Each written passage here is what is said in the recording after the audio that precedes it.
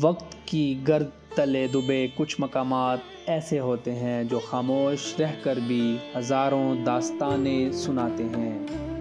پنجاب کے ضلع چکوال میں کوہستان نمک کے سنگلاخ پہاڑوں کے درمیان چھپا کٹاس راج ایک ایسا ہی پراسرار اور مقدس مقام ہے جہاں قدیم دیومالائی قصے اور انسانی تہذیب کے کئی ادوار ایک ساتھ اکٹھے ہو گئے ہیں۔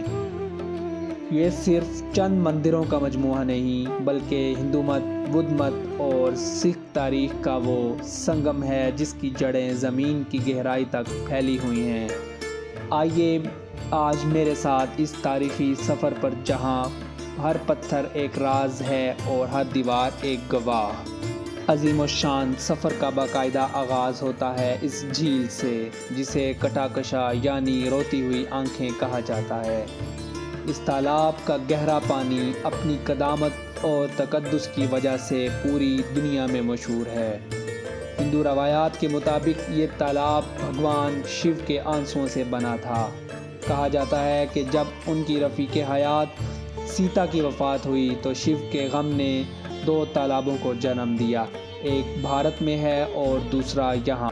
تالاب کی سیڑھیاں چڑھتے ہی ہمارا سامنا ہوتا ہے شیو مندر سے جو اس پورے کمپلیکس کا روحانی مرکز ہے۔ یہ مندر ایک اونچے چبوترے پر تعمیر کیا گیا ہے تاکہ دور سے ہی اس کی شان و شوکت نظر آ سکے۔ اس کی تعمیر میں استعمال ہونے والے قدیم پتھر اور اس کی تراش خراش اس دور کے فن تعمیر کا بہترین نمونہ ہے۔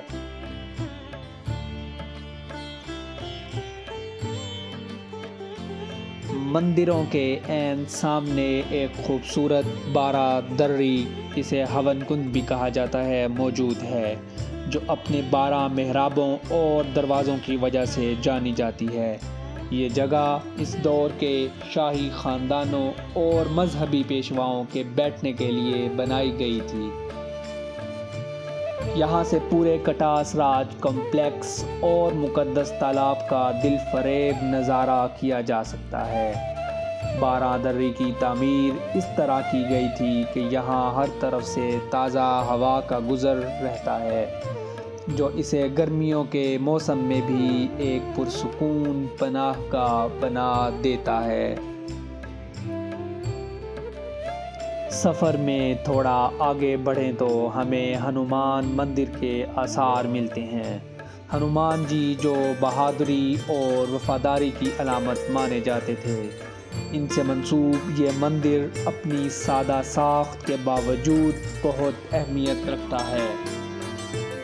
اکثر وقت کی تبدیلیوں نے اس کے بیرونی حصے کو متاثر کیا ہے لیکن اس کی بنیادیں اور مخصوص ڈیزائن آج بھی محققین اور سیاحوں کے لیے توجہ کا مرکز ہے۔ یہ مندر ہمیں بتاتا ہے کہ کٹاس راج میں مختلف دیوتاؤں کے لیے الگ الگ عبادت گاہیں مخصوص ہیں۔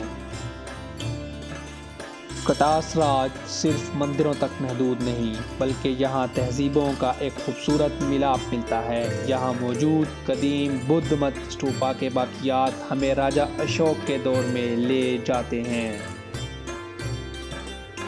اب ہم اس مقام پر ہیں جسے ست گرہ کہا جاتا ہے یعنی 7 مندروں کا ایسا سلسلہ۔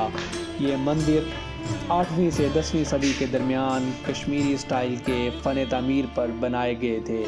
بدقسمتی سے زمانے کے دست برد نے اس 7 میں سے کچھ کو مٹا دیا لیکن آج بھی 3 مندر اپنی جگہ مضبوطی سے قائم ہیں۔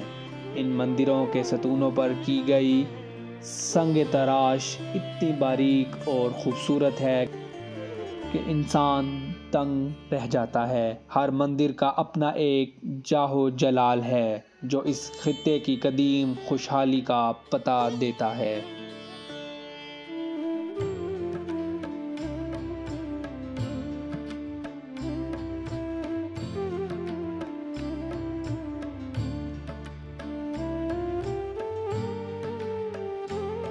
اس سفر کا آخری پڑاؤ سکھ دور کی وہ عظیم الشان حویلی ہے جو مہاراجہ رنجیت سنگھ کے نامور سپہ سالار ہری سنگھ نلوا نے تعمیر کروائی تھی۔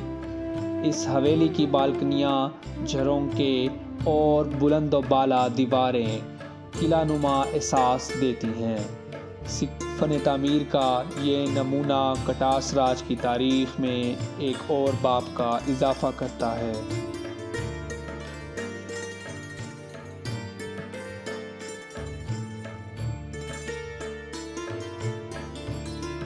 کٹاس راج کا یہ کمپلیکس ہمیں یہ سکھاتا ہے کہ وقت بدلتا رہتا ہے، لیکن تعمیرات کے یہ نشان صدیوں تک انسانوں کو اپنی جڑوں سے جوڑ رکھتے ہیں۔